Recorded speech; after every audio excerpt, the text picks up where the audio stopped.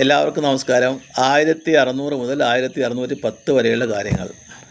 1608 captain Hawkins വരുന്നു. 1609 തന്നെ ജഹാംഗീർ ചക്രവർത്തിയെ കാണുന്നു. രാജാവിൻ്റെ കത്ത് കൈമാറുന്നു. ഒരുപാട് സമ്മാനങ്ങൾ നൽകുന്നു. പേർഷ്യൻ ഭാഷയും തുർക്കി ഭാഷയും സംസാരിക്കുന്നു. അതുകൊണ്ട് തന്നെ അദ്ദേഹത്തിൽ രാജാവിന് ചക്രവർത്തിക്ക് മതിപ്പുണ്ടാകുന്നു. ഇംഗ്ലീഷ് ഖാൻ എന്ന് പോലും അദ്ദേഹത്തെ വിളിക്കുന്നു. മുഗൾ കൊട്ടാരത്തിൽ താമസിക്കാൻ അനുവാദം കൊടുക്കുന്നു. അദ്ദേഹത്തിൻ്റെ ആവശ്യം തത്വത്തിൽ അംഗീകരിക്കുന്നു. എന്തായിരുന്നു ആവശ്യം? സ്വതന്ത്ര വ്യാപാരം നടത്താൻ അനുവാദം കൊടുക്കണം.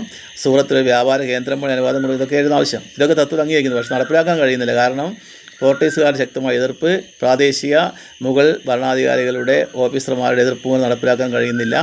അങ്ങനെ തൻ്റെ ദൗത്യം വിജയിക്കാതെ നഷ്ടസ്വപ്നങ്ങളുമായി 1611 ബ്രിട്ടനിലേക്ക് തിരിച്ചു പോകുന്ന ഹോക്കിൻസിനെയാണ് നമ്മൾ കാണുന്നത്. ഇനി 1605 ഡച്ചുകാർ വന്നത്. ഡച്ചുകാരെന്ന് പറയുന്നത് നെതർലൻഡ് ജനങ്ങളാണ്. അവർ ആദ്യം വന്നത് ആന്ധ്രാപ്രദേശിലെ മസൂരി പട്ടണത്തിൽ ഒരു വ്യാപാര കേന്ദ്രം പണിയുന്നു. പിന്നീട് 1608 പുലിക്കാട്ട് അവിടെ വ്യാപാര കേന്ദ്രവും ഒരു കോട്ടയും ഫോർട്ട് ജെൽഡ്രിയയും പണിയുന്നു. 1610 ആകുമ്പോഴേക്കും പോർട്ടുഗീസുകാർ ശക്തി അധപ്പതിക്കുന്നത് ദുർബലമാകും നമ്മൾ കാണുന്നുണ്ട്. ഡച്ചുകാർ കുറച്ചുകൂടി അവിടെ ആക്റ്റീവ് ആകുന്നതാണ് കാണുന്നത്. ഇനി ആ കാലഘട്ടത്തിലെ കേരളത്തെക്കുറിച്ച് പരിശോധിക്കാം.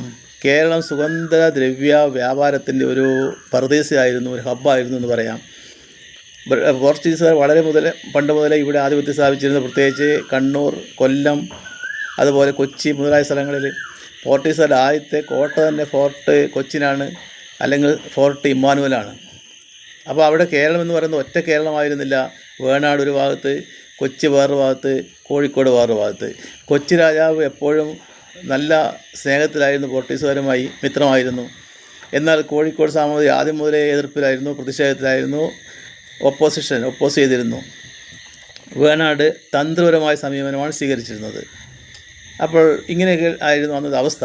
ഇനി എന്തൊക്കെ എതിർപ്പുകളാണ് ആ കാലത്ത് അവർക്ക് നേരിടേണ്ടി വന്നത് പോർട്ടുഗീസുകാർക്കും യൂറോപ്യന്മാർക്കും എന്ന് പറഞ്ഞാൽ, ഒന്നാമത്തത് കോഴിക്കോട് സാമൂതിരി എതിർത്തിരുന്നു. കുഞ്ഞാലിമരക്കാർ അവരുടെ നായകന്മാർ എതിർത്തിരുന്നു.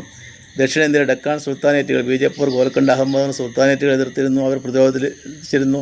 ഇന്ത്യക്ക് പുറത്താണെങ്കിലും വളരെ പ്രധാനപ്പെട്ടൊരു പ്രതിരോധമായിരുന്നു കാൻഡി രാജാവ് ശ്രീലങ്കയിൽ നടത്തിയത് വിമലധർമ്മസൂര്യൻ ചെയ്ത രാജാവിൻ്റെ ഒരു പ്രതിരോധം. ഈ രീതിയിലൊക്കെ ശക്തമായ പ്രതിരോധങ്ങളും പ്രതിഷേധങ്ങളും ഒക്കെ പോർട്ടുഗീസുകാർക്ക് നേരിടേണ്ടി വന്നു. 1605 മറ്റൊരു സംഭവമാണ് അഞ്ചാമത്തെ സിഖ് ഗുരുവായ ഗുരു അർജൻ ദേവിൻ്റെ വധശിക്ഷ ജഹാംഗീർ നടപ്പിലാക്കിയത്. ജഹാംഗീറിൻ്റെ മകൻ ഖസ്രുവിനെ അനുഗ്രഹിച്ചു എന്നുള്ളതാണ് ചെയ്ത കുറ്റം.